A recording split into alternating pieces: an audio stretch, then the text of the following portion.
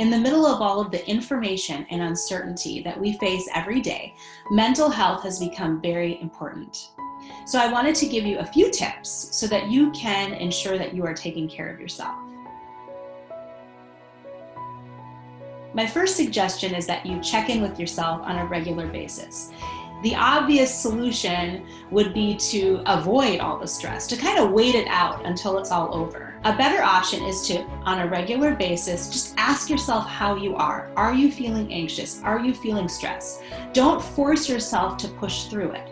Take a second, relieve your stress with some activity or just a break in the day, and that will go a long way. Another simple tip that really works for me is journaling. Journaling for me is not something that I do at the end of the day to write down what happened to me. I have a notebook that is designated for my thoughts in the morning, and I try to think about what I want my day to look like, what concerns me, and what I'm looking forward to. And really digging in, this is my way of checking in and recording what's going on. It's also a good way for me to look back and see if there's any patterns, if there's something that I need to be concerned about, and places for celebration.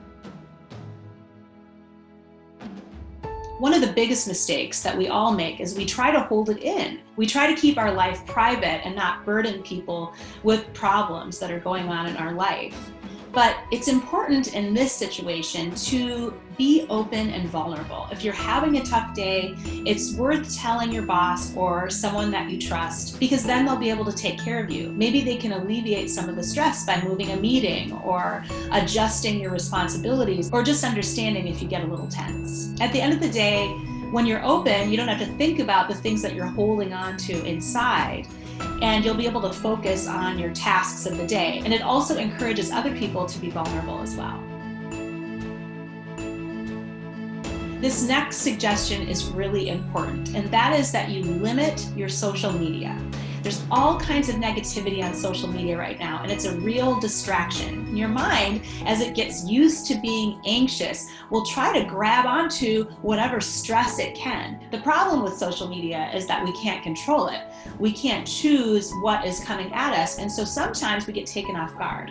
So I would suggest that you restrict your social media until you're mentally prepared to accept whatever it is that's coming your way and reject what you don't want to absorb, and then choose some other things that you can rely on to relax your mind and release some of that anxiety. If in the past you've used social media as a relaxation technique, that's okay, but I wouldn't have that be your go-to right now. Plan other things that are relaxing. Have magazines ready, have books ready, call someone that always lifts your spirits.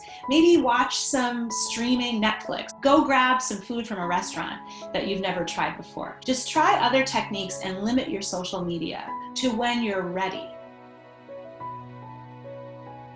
Finally, I think that creating little finish lines can release anxiety. Focus on what you can control. That will make you feel calmer.